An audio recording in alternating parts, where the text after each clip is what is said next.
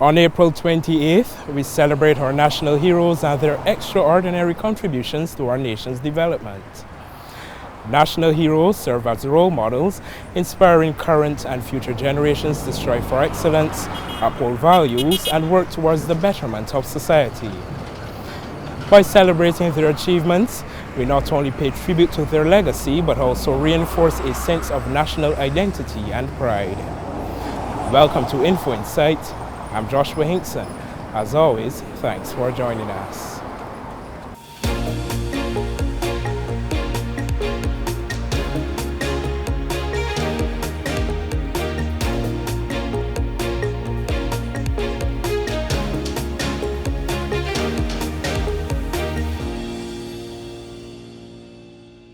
In this special edition of Info Insight, we explore the profound impact of a visionary leader whose influence resonates throughout Barbados and the wider region. National hero, the Right Excellent Sir Grantley Adams, a towering figure in Caribbean history, left an indelible mark on the political, social, and economic landscape of this island. In 2023, the enduring legacy of the late statesman was presented by then Senior Advisor to the Director General of the International Labour Organization, Ambassador Chad Blackman, now Minister in the Ministry of Economic Affairs and Investment. Yes, he delivered the Grantley Adams Memorial Lecture. In the Hugh Springer Auditorium of Solidarity House, Minister Blackman discussed the life, the work, and the legacy of Sir Grantley. Now, at a time when Barbados and its people, still a colony of Britain, and facing some of the most dire and challenging of circumstances, Grantley Adams was born on the 28th of April, 1898, to his father, Fitzherbert Adams, and mother, Rosa Frances Turney, and grew up in Government Hill, St. Michael. Incidentally, his humble home was located on the opposite side of the mansion of the then Governor of Barbados, Sir James Hay. Now this contrast, as you will see further, will become reflective as we go on tonight, relative to the contrast of the realities of those living in our land and the many battles that laid ahead in ensuring that the conditions of our people would become more equal and more favorable through the dismantling of the status quo of the day by Adams himself. These conditions saw harvests that left a lot to be desired, underscored by dwindling prices that affected the agricultural sector, which of course was the country's bread and butter at the time. Just 1 year prior to his birth, a royal commission had declared that a very serious set of affairs would be fast approaching the Caribbean, and in addition, a crisis would materialize in a short few years thereafter. For Barbados in particular, the reality of chances for Barbados seemed particularly dire. This was evident as it was Barbados's only industry that it could rely upon, and that was the king of the day, as we all know, sugar, not without its own inherent challenges. Now at the time, the white oligarch structure was at the height of the societal structure and enjoyed a quality of life that was within the aspiration of the black masses, but far removed from both their reach and realities. Never in their wildest imaginations could imagine that the structure of the day, imagine that a young boy, a gifted boy, would later go on to both challenge and take the sting out of the hegemony that they had hitherto enjoyed for centuries. Now, as a boy, Adams attended the St. Giles School, where his father was the schoolmaster. Today we call them principals. His father, placing great premium in the ethos of discipline and the rod of correction, Adams and his siblings grew up with a great appreciation for walking the straight and narrow path. Attending church was a must in the household, with Adams's father being at the center of life and affairs of the St. Barnabas Anglican Church. So strong was his belief and conviction in these virtues of discipline and respect for the holy days that the playing of games on Sunday were deemed forbidden. And to whistle in the house on such a day was both unthinkable and a serious no-go. I must admit that it is indeed remarkable to me personally that some 80 years after Adams' dad's rule, it transcended into the late 1980s, where my own father would have the same very reaction by saying to me if I whistled on a Sunday, "Not in here, you think he's a man?" Adams' father, ever the disciplinarian, placed great emphasis on the attainment of education for his children. Adams, by way of winning a scholarship, gained entry into Harrison College. Now, during his time, he developed the art of having rigorous and intellectual debates with his father, much to the amazement of those within sight. This led to the pursuing of the classics whilst at secondary school, as well as the beginning of questioning the societal construct of the day and seeking to proffer new ideas as to what the society should look like and what it should be at its core. This his father welcomed, as he somehow knew that within the bosom of Grantley Adams, therein lied someone who wasn't only extremely gifted, but someone who could one day challenge and critique the very societal norms of the day. Adams at the time, however, wasn't without perceived flaw, as it was said in his school reports that he worked extremely well, but that he talked too much in class. Now, one of the things that I can assure you is that, like many persons that we all in here know, the trait somehow bears a correlation to those who go on to do well in all forms of persuasion and the gift of the oratory craft. I was one of those people. Now, Grantley Adams was no different. His father, placing great emphasis on the importance of attaining a scholarship to study in the United Kingdom, bore significant fruit as he would go on to gain entry to study at Oxford, an achievement, however, that his father would not live to see, unfortunately, as he passed 1 year prior to him commencing his studies there.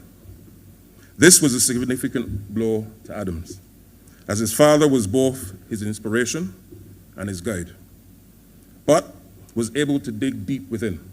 And I repeat, when I was doing the research, you can see that he was able to dig deep within, and he had a resolve, and he used the principles imparted to him from his father as a springboard to go on to face both the opportunities and challenges that laid ahead. Now, having won the scholarship, Adams decided to study law and became a member of Gray's Inn at the Bar of England and Wales, and not Middle Temple Prime Minister. Buttressed by the qualities of deep intelligence and the ability to question and reason even the most complex of concepts, he was now ready to move on to England. His passion for great cricket that was birthed in Barbados followed him to Oxford, as he would then go on to play the game there whilst being a student. He was indeed very thrifty with the bat, and Adams did cricketing battle with Noel Nethersole, who later became the Minister of Finance in Jamaica. But during his time, Nethersole wasn't able to escape the wit of Adams, a wit that he had at his fingertips, who at their first encounter saw Nethersole strolling along in a manner consistent with being lost, and was asked where he could find Lincoln College.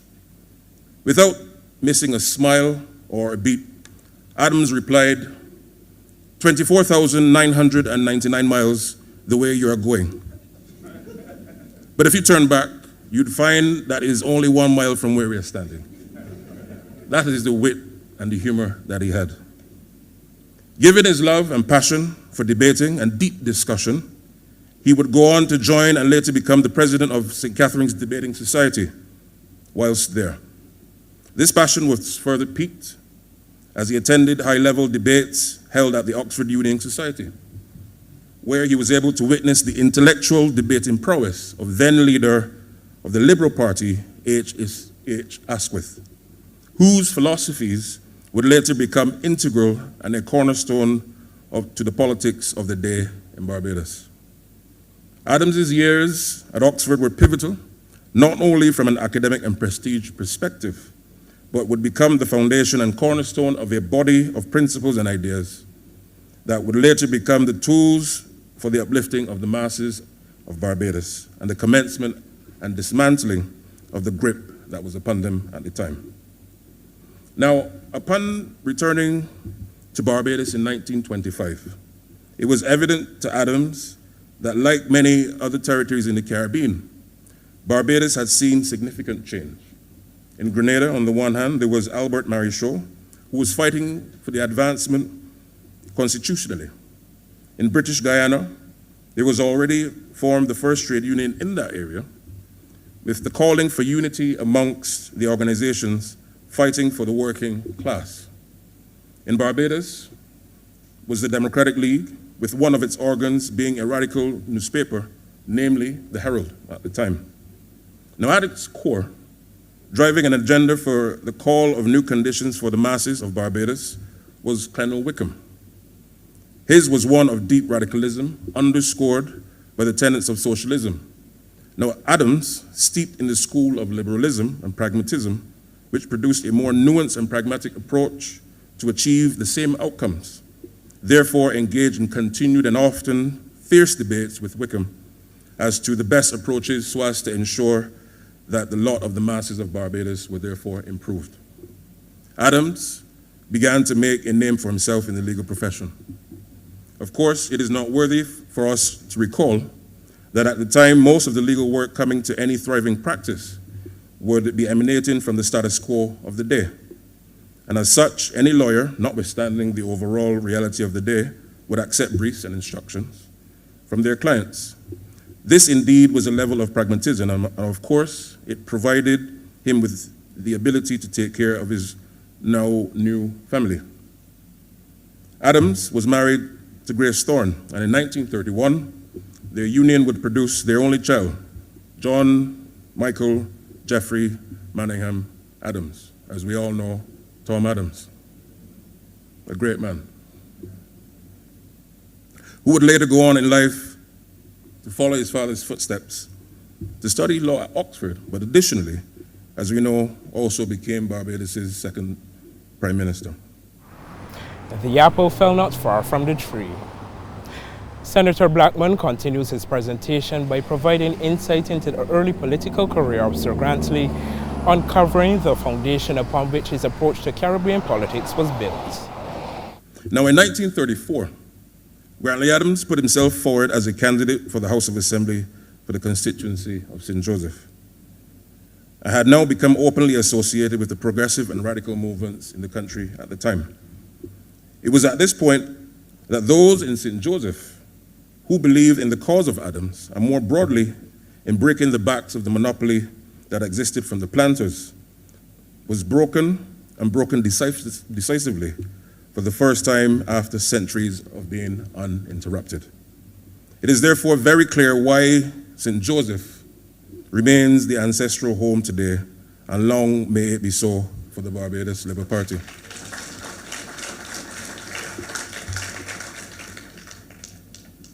Now, having been elected to the House of Assembly, this served as a pivotal moment in the life of Grantley Adams, as he was now in the realm where he could use his God-given gifts all in one cause, namely to make changes on behalf of the masses.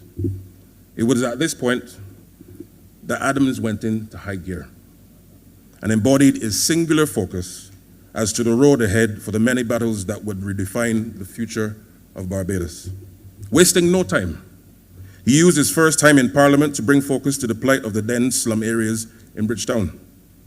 This was met by fierce opposition from opposing peers in the House, and he thus drew significant ridicule, as he was now putting into action what he had long lobbied for outside of Parliament, the uplifting of the masses from the dire and less than human conditions that they were forced to endure. It was at this point that they then realized that Adams was not going to back down, and that he was in the business of change for the people for the long haul. Now, during that time, there was the first disturbance of a troubled time that had taken place in neighboring St. Kitts. Realizing and being cognizant of the reality, Grantley Adams then proceeded in his intervention and stated, and I quote, "I have only to remind the honorable member on my left who is making a noise intended to be disparaging to my remarks, that the native Barbadian is not much different from the native of St. Kitts or that native of Jamaica. He is more patient, but even a worm will turn. There is a danger, he said, in this island that at some time or the other, the people who live under these horrible animal conditions will behave like animals. And it is the duty of the government to see that they live like human beings and make serious attempts at long last getting rid of these disgraceful conditions that exist in and around Bridgetown, end quote. Adams had therefore clearly signaled his intent on getting the business of the people and their upliftment underway. This was only but the first instance of Adams's attack on the oppressive structure of the day, as the government had recently indicated that they would introduce a housing scheme. But for Adams, he was of the firm view and belief and conviction that what was being proposed was not what was needed for the people of Barbados. To provide further context, it should be noted that the housing conditions for the majority of Barbados, according to the West Indian Royal Commission of 1938 to 1939, was deplorable at best. There was a dire reality where some 20% of the houses had only one room, whilst most were occupied by families with lots of children. Therefore, the need for significant improvement was glaring. Even by the then standards of the day, a 1 or 2 bedroom dwelling that lacked adequate facilities would therefore be deemed to be unacceptable. This was sadly also prevalent not only in Barbados, but throughout the rest of the English-speaking Caribbean, where many West Indian workers living in conditions amounted to slum housing, the things we take for granted today. And I pause here to really say the things we take for granted today in terms of our living conditions. Cast your mind back to that period where Grantley Adams had to go up against a superstructure with well-oiled machinery and resources and to lobby for us to enjoy what we now enjoy. So sometimes we sit and we think, okay, this is history, but this is what our foreparents had to go through. So we should never take it for granted as a country.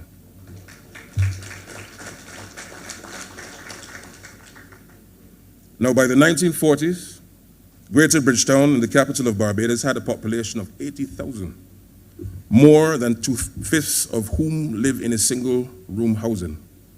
Families, particularly women, struggled to make the best of what they had within their means. It was typical that even the smallest of dwellings had a rear shed roof to cover what facilities there were for cooking, which they could muster to afford. Its drainage survey highlighted that within the city, only 21% of dwellings had waterborne facilities. The vast majority had what we know as pit toilets, whilst 10% used other means. Yeah, exactly. I mean, we can laugh now, but again, it paints the picture. And clearly these conditions were less than humane. This was the reality of the day. And what we can see, and clearly at the time why, now using the term of Prime Minister Motley, mission critical for Grantley Adams was to immediately address the dire situation of the people. However, for Adams, to effectively wrestle the situation in its wider context would be to completely revamp the entire tax system of the island and to increase the income tax rate for those in the higher income spectrum. You can see now the bits of socialism coming through. Adams made it very clear that this would also be needed if there were to be advances in the financing of, of housing, as mentioned already, but also in the clearing of slums, the building of schools, as Minister alluded to earlier, and many other necessary projects that would change the lot and circumstances of the masses. This, however, needed a laser focus in terms of strategy, as it would ultimately require a complete revamp of the status quo of the day. This would therefore mean that there would be a need to ensure that the qualifications needed for a person who wanted to vote and thus being elected to the House would have to change. Adams's direct calling out of the oligarchs on the prevailing conditions were now fully resonating with the people across the territory. This gave way to a rise in the tension across the island. There was no denying at this point that there was an unhappiness, nor could they question the legitimacy of his cause. In 1937, we then see a massive explosion of tensions across the region. This started in Trinidad and was followed by Barbados, British Guyana, St. Lucia, and Jamaica.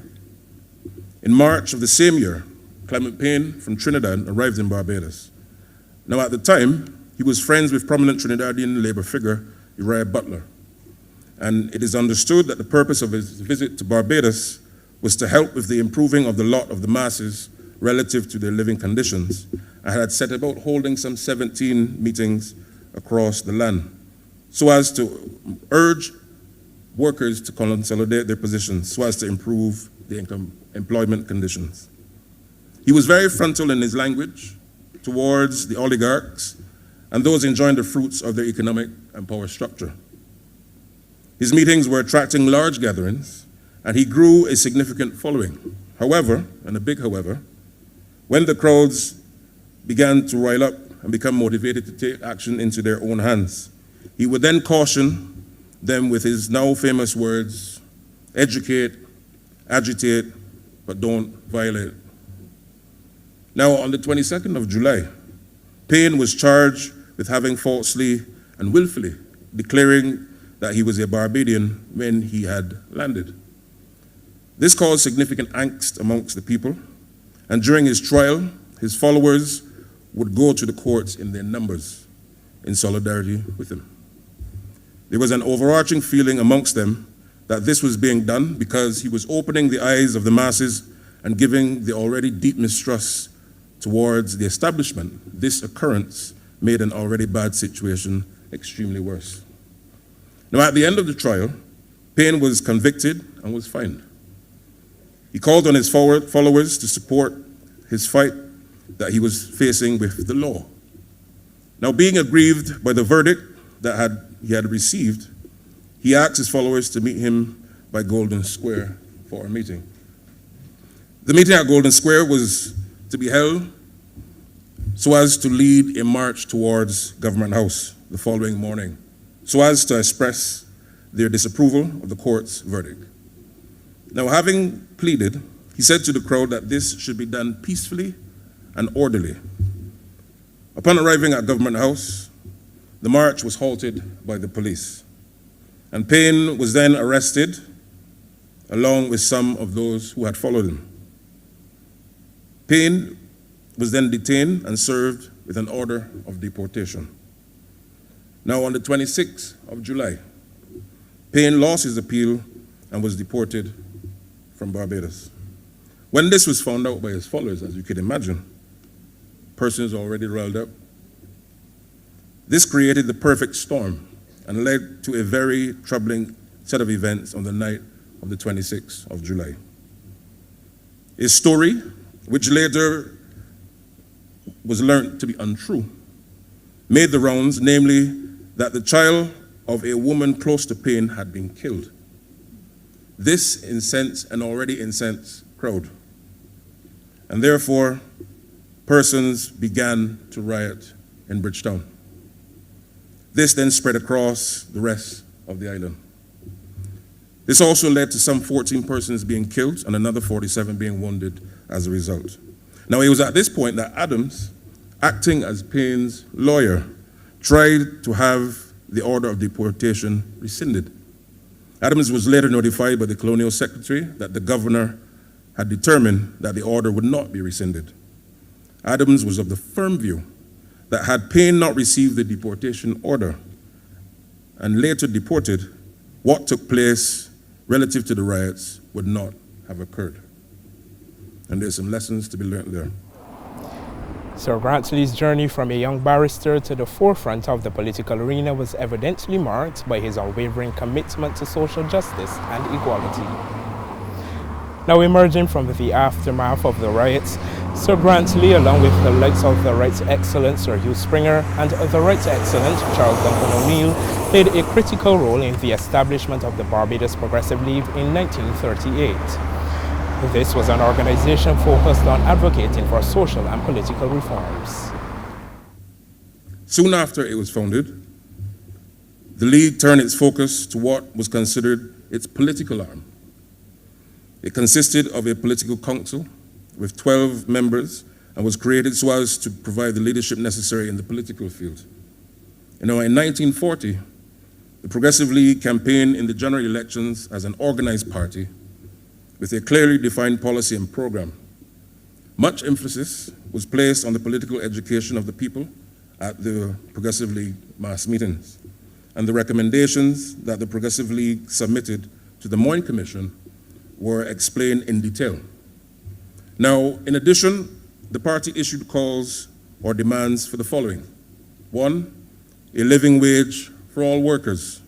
2, an economic survey and census to provide accurate information as to the employment, wages, diet, and general living conditions of the people. A modern medical service, a slum clearance and housing scheme, compulsory education, free technical schools and meals for school children, free to those who could not pay. Again, we take these things today for granted. Provision for adult education. Social security, inclusive of unemployment insurance, old age, pensions at 65, and health insurance. Compensation for agricultural and industrial workers injured in the course of their employment. The development of minor industries. The abolition of the plantation system and the redistribution of land to the peasants, the introduction of death duties on large estates, higher rates of income tax, universal adult suffrage. Let me pause here.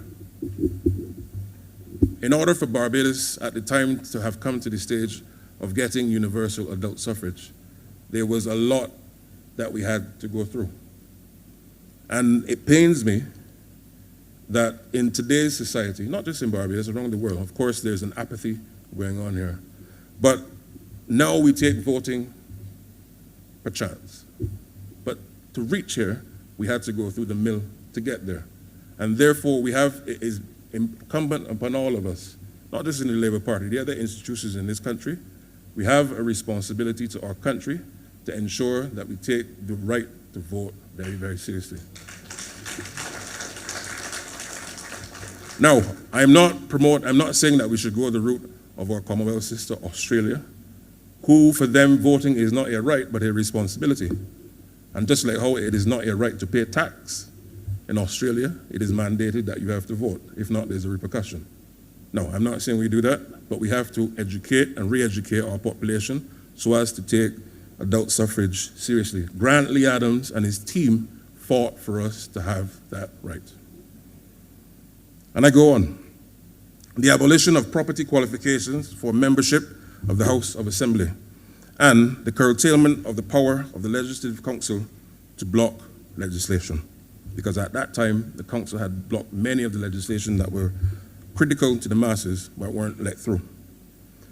And always, amongst the major issues raised was that of a federation of the West Indies, which was advocated for on the ground that the future of the island was inseparably bound up, and I repeat, the future of the island was inseparably bound up with that of the whole Caribbean. Now, despite the limited franchise and massive efforts by the Conservatives of the day, the Progressive League won 5 of the 24 seats in Parliament. The successful candidates were, many names you know I'm sure, Grantley Adams, Hugh Springer, Victor Vaughan, A.G. Gittins, and Hugh Cummins. Historically, Parliament was to now witness the performance of a party that was incredibly focused and determined to support collective policy. It was later that year that the League created what was known as a Barbados Progressive League Friendly Society. And with this achievement, the structure, as originally envisioned, had now come to fruition. It must be noted that the League, with its political arm, its economic units, and friendly society, were not three organizations, but were one. And this was emphasized in the slogan, 3 units, 1 aim, raising the living standards of the working class. And I'm sure you can see the picture here starting to form. Additionally, the Trade Union Act was passed in 1939 and came into force in August of 1940. It was almost immediately that the economic units of the League took steps to register officially as a trade union. The rules were drafted and they were revised and adopted by May of 1941. And on the 4th of October 1941, the Barbados Workers' Union was registered as a union under the law of Barbados. There can be no doubt, and I repeat, there can be no doubt in the minds of anyone that the Barbados Workers' Union at its core is labor. The Workers' Union was created as one of the unions with many arms, and this was necessary to cover the island's numerous sectors. Grantley Adams and Hugh Springer, both President and General Secretary respectively of the League and the Union, saw that a confrontation was rapidly approaching. And as such, they both hunkered down to face a serious threat. The Trade Union Act gave their efforts both a legal and constitutional footing. The funds of the union were carefully used and fellow trade unions throughout the West Indies were notified. The busmen's strike of 1939 had been a disaster of epic proportions, so they were resolved that there were to be no similar errors with any labor dispute going forward. This crisis arrived with the engineers' strike of 1944. The most active arm of the workers' union was that of the engineers. Much of the union's executive council affairs in these days concerned complaints about dismissals, including those that the workers felt they were being victimized given that they were seen to be heading towards movements of trade unions. This was at the core in 1944 with some 100 plus engineers walking out of the foundries because a turner with some 25 years of experience of service at the Barbados Foundry and the secretary of the Barbados Workers' Union Engineers Division was fired. The employers gathered their forces with the belief that they would rout the new organization.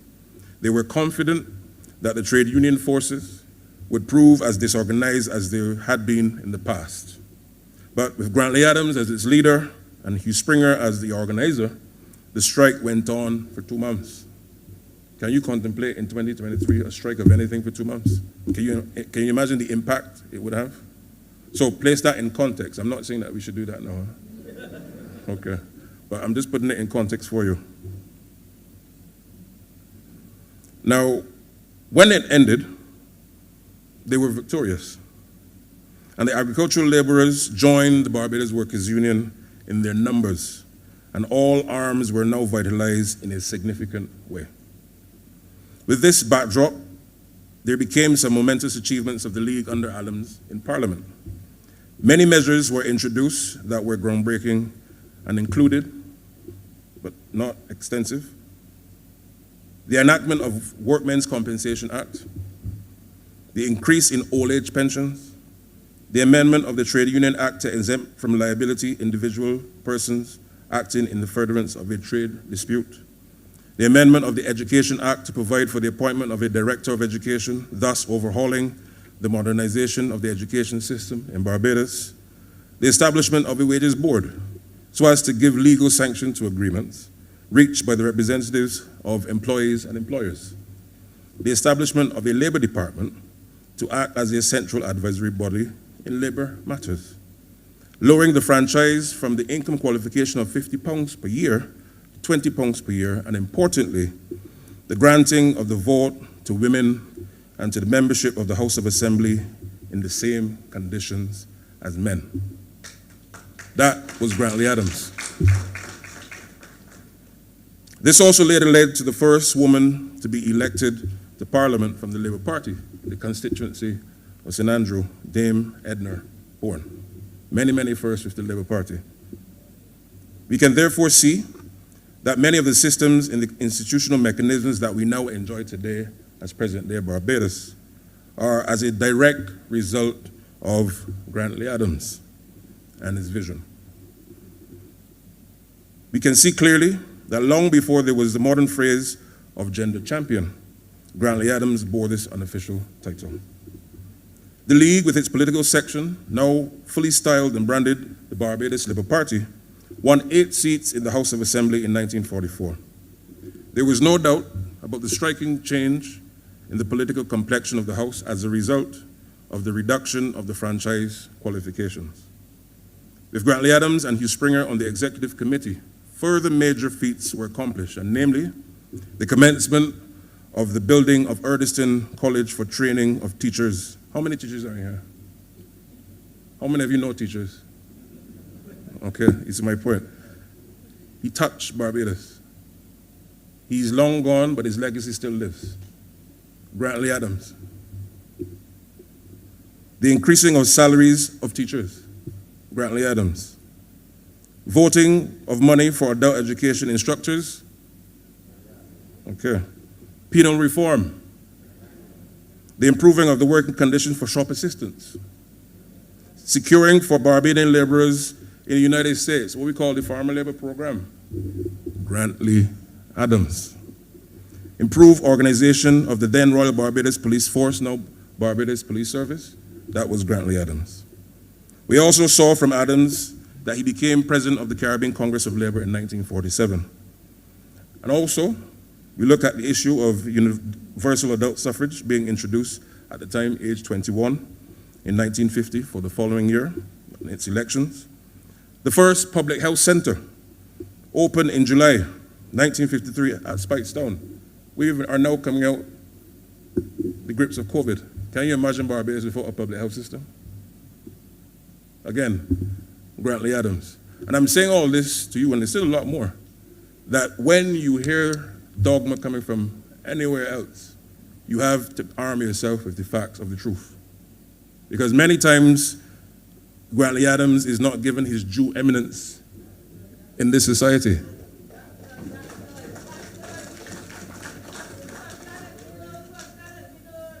And we have to ensure that the facts remain the facts and the dogma stays out of the conversation. Long may it continue that the truth of Grantley Adams goes forward. But as I said, there's more.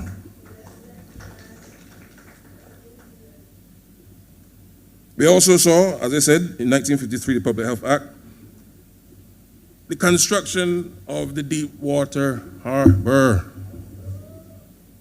where they can put these cruise ships. Think about it.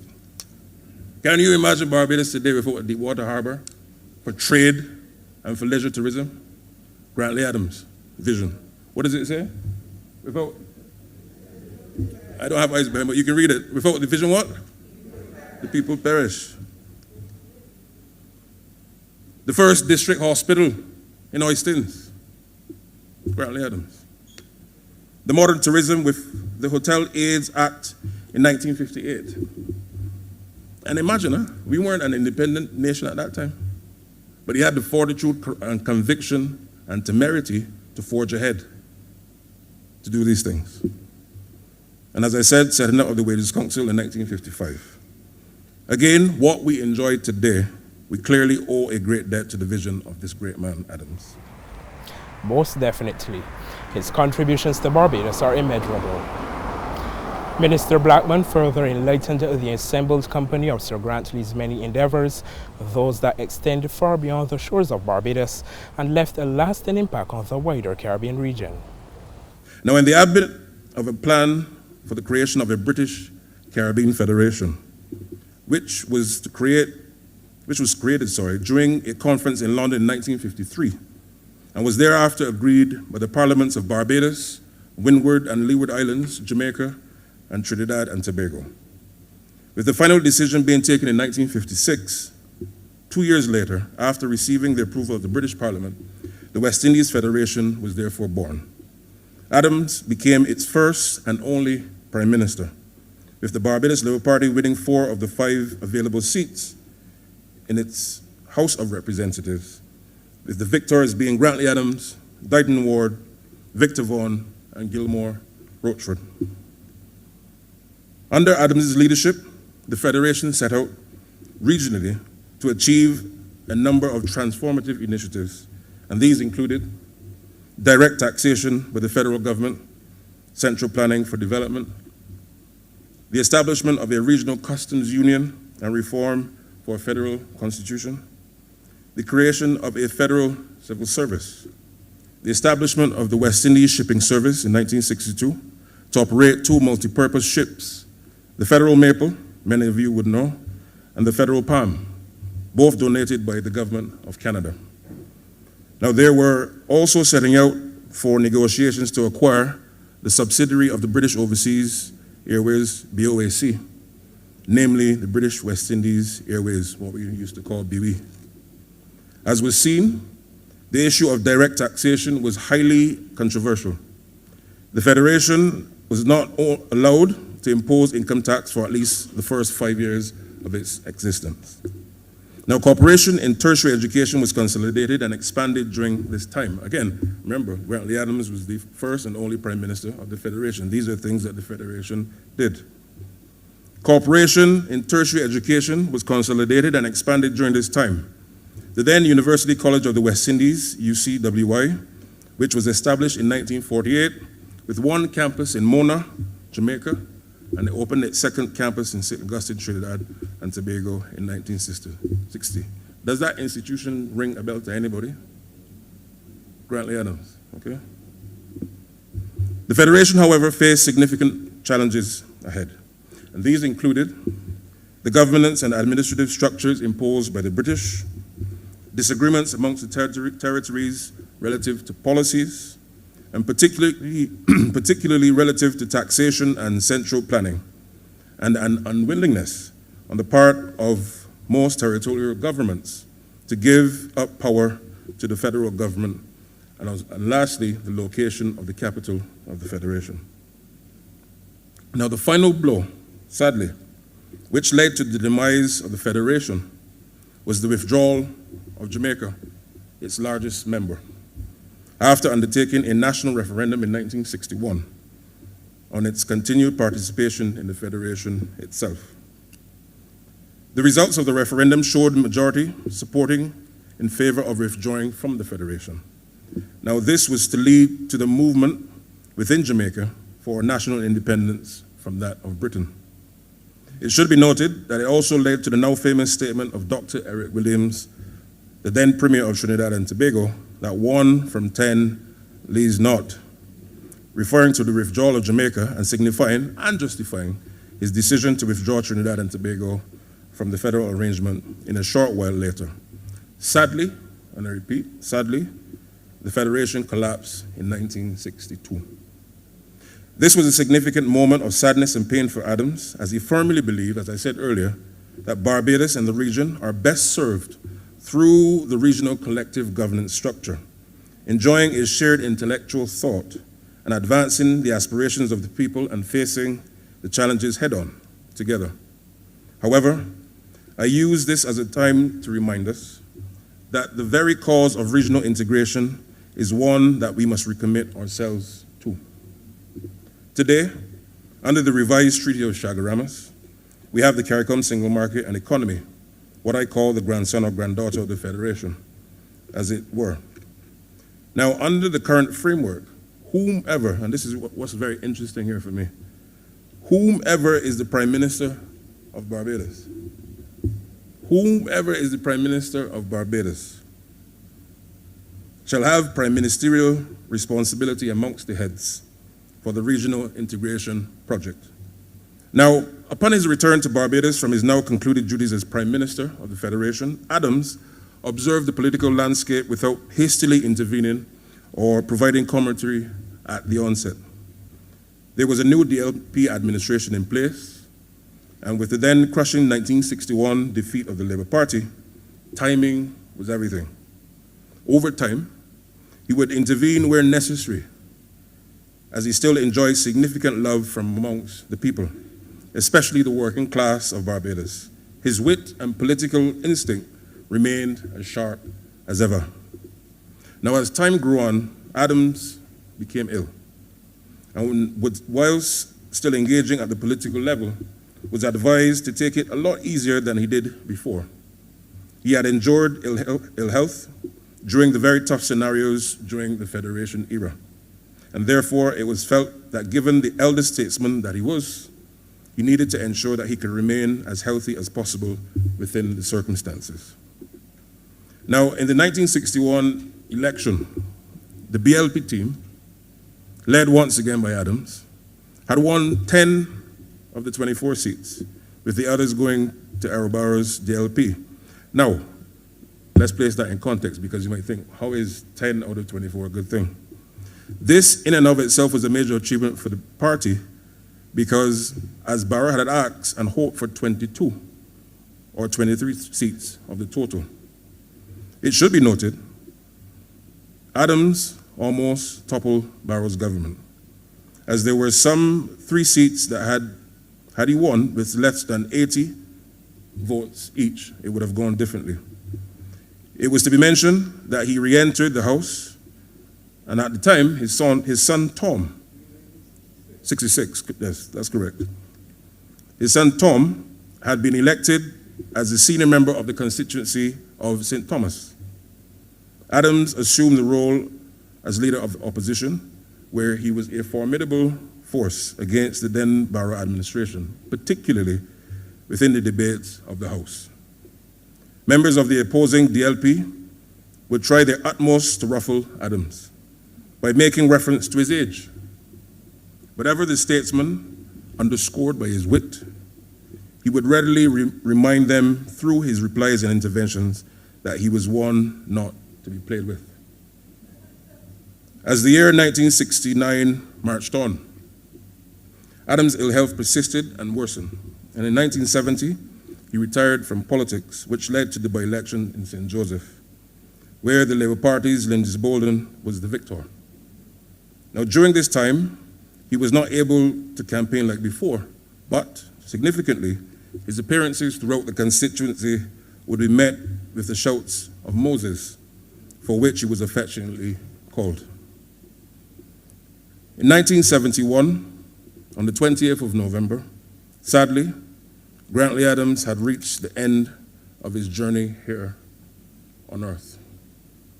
This, of course, was the end not only of an era in the history of Barbados and its political landscape, but the end of a journey of the father and architect of Barbados' democracy and liberation.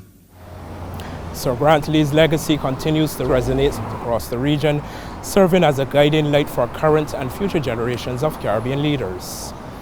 His story allows for a deep reflection of the call for all to serve their country.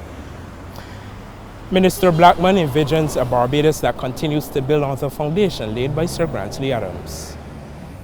It is my firm view that for the benefit of growth and transformative development, that all persons coming to public life, again, this is Chad Blackman's view, okay? All persons coming to public life in this country must have a philosophical grounding, passion for people, the calling of service, and an unrepentant dedication to achieving extraordinary things, whilst remaining within the bounds of humility, and the operative word there being humility.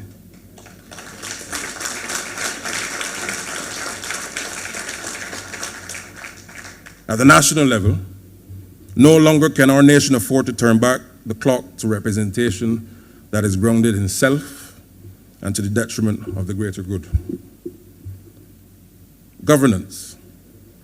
It's to this end that there ought to be a Grantley Adams School of Governance, Labor and International Relations, where at the political level, those aspiring to public life must go through a process of understanding the rudiments of the role of governance, representative politics, international negotiations, and the expectations thereto from the public, with the ultimate aim of preparing aspirants for public life.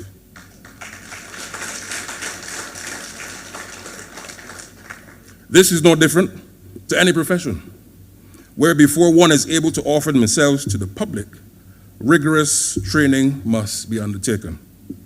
This ought to be a part of a mature and forward-thinking Republican Barbados. If governments in the region are to deliver for its people, and in a manner that is harmonized while still reflecting the sovereignty of the states to execute their domestic mandates. There will be need to have a civil service that is modernized at the regional level to meet the collective challenges and opportunities. Thus, the Grantley Adams School should also extend to regional entities, thus allowing harmonization. And in the advent of online training in the modes that we're in today, this can be created and done virtually. Now, additionally, to confront the global challenges and opportunities ahead, the country will need a political structure, and I dare say political class, that is underscored by members who understand the rudiments of how small, open economies work, governance and public life, the relationship between global geopolitical realities and the impact on domestic affairs, seizing economic opportunities whilst being underscored by officials and representatives who see their duty in coming to public life not as a right, and I repeat, not as a right, but as a social contract that must be renewed with the people, again, grounded in humility. Now, lastly on that point, if I use a reference from the Bible, when Jesus, at the height of performing his miracles, he would immediately say to his beneficiaries, "Go and tell no one." That is a service of humility in which I speak. Now, when we speak about making the country more competitive, we often talk about the skills needed for those in the private sector and the public sector.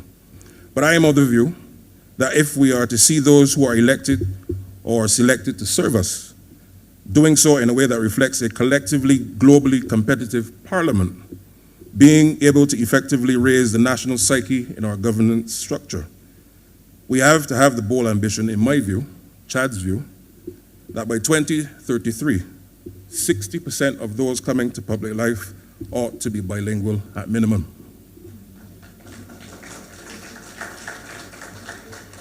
So we're talking about 10 years from now, not tomorrow. You got time. We must lead by example. Regionalism. On the issue of regionalism and integration, there can be no doubt, as I said before, that regionalism is in the DNA and fiber of the Labour Party, and thus we must ensure that we continue to advance the cause of integration. I, however, want to proffer that whilst it is necessary, in my view, it is not sufficient. For when we place the realities that we face as a nation and region, both challenges and opportunities alike, whether they be inherent realities of being small, open economies, challenges associated with the climate crisis, and declining market access for goods and services to northern markets, access to affordable finance for our national and regional development, amongst many others. We need to forge ahead as a region in deepening integrational ties with Africa. Now, this is the second tier of the integration project in my view, and must be the cause of our generation. Of course, major steps have already been taken by Barbados with the opening of embassies and missions in the continent, and this was led by Minister Walker and Prime Minister Motley. And the recent hosting by the government of Barbados with the first ever African Caribbean Trade and Investment Forum in partnership with Afrexim Bank was indeed a major step in the right direction. It is, in my view, the next major development frontier that must be carved out amongst our two regions if we are to see increased growth whilst reversing many of the inherent and often unjust realities facing states like ours. And as such, for the region to grow in a manner that is consistent with our aspirations, there must be a bold decision for leaders to frame and implement over the next 10 years a CARICOM African Union Free Trade Area, where goods and services between our two regions must flow. Now, relative to labor, at the core, as I said, of our mandate, as you can see from Grantley Adams' legacy, is that of the worker and laborer. We must continually seek to empower the labor force as the challenges ahead and the new world of work will require a different skill set than unlike any other time in our history. Jobs of the future will be more knowledge-based and intellectually intensive than ever before.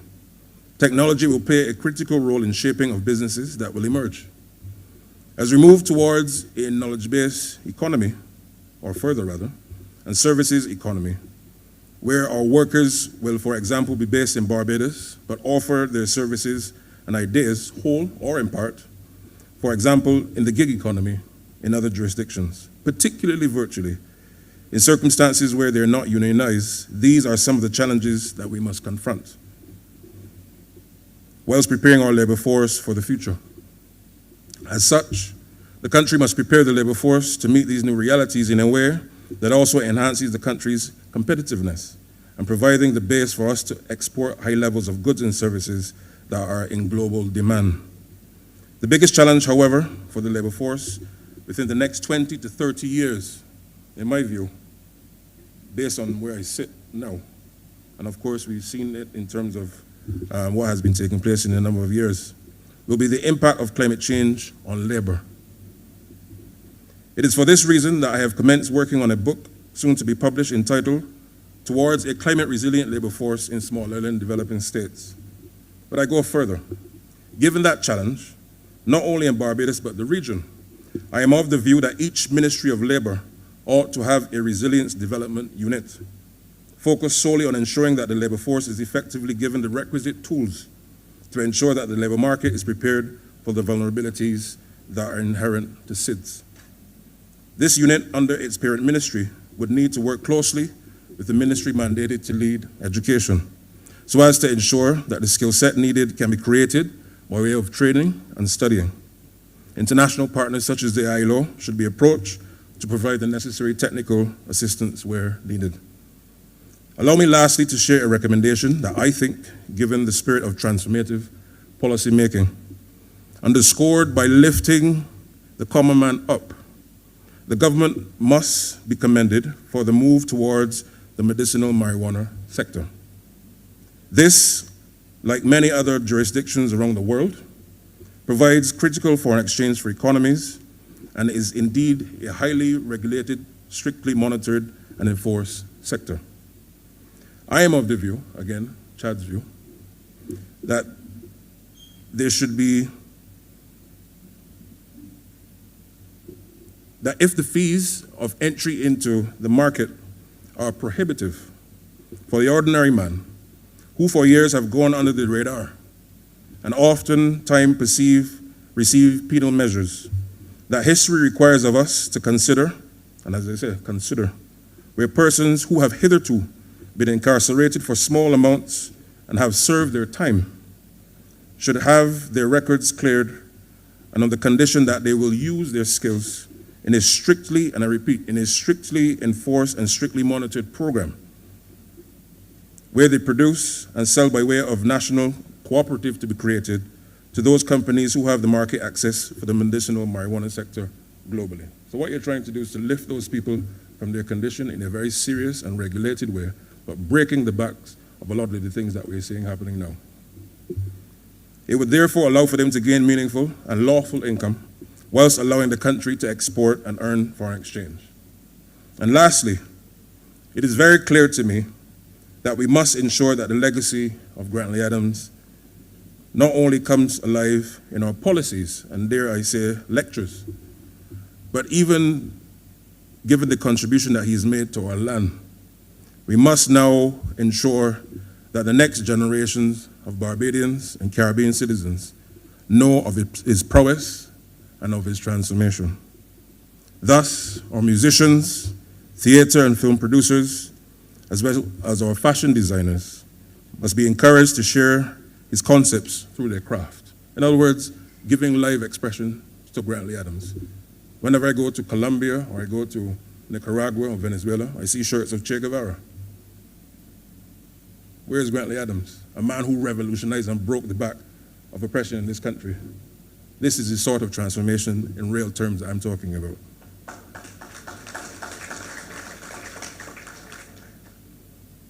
And thus, the youth arm of the Labour Party, this is my view, that this is a project that should earn you sleepless nights in undertaking with a vigor and passion that only you can, guided and supported by the elders of our party.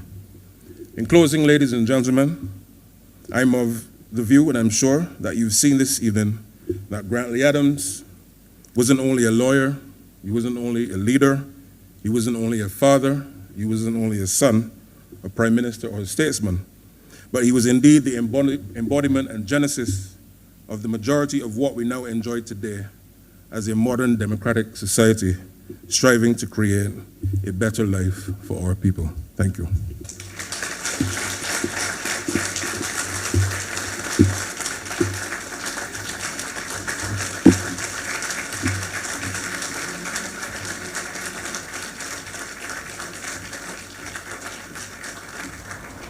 Indeed, much of the development and social policies our people enjoy today are due to Sir Grantley's commitment to the betterment of our nation and the advancement of our people. Thank you, Minister Blackman, for your insightful presentation. This has been a special edition of Info Insight, where Minister Chad Blackman presented the life and contribution of national hero, the Right Excellent Sir Grantley Adams. I'm Joshua Hinkson. Thanks for your time.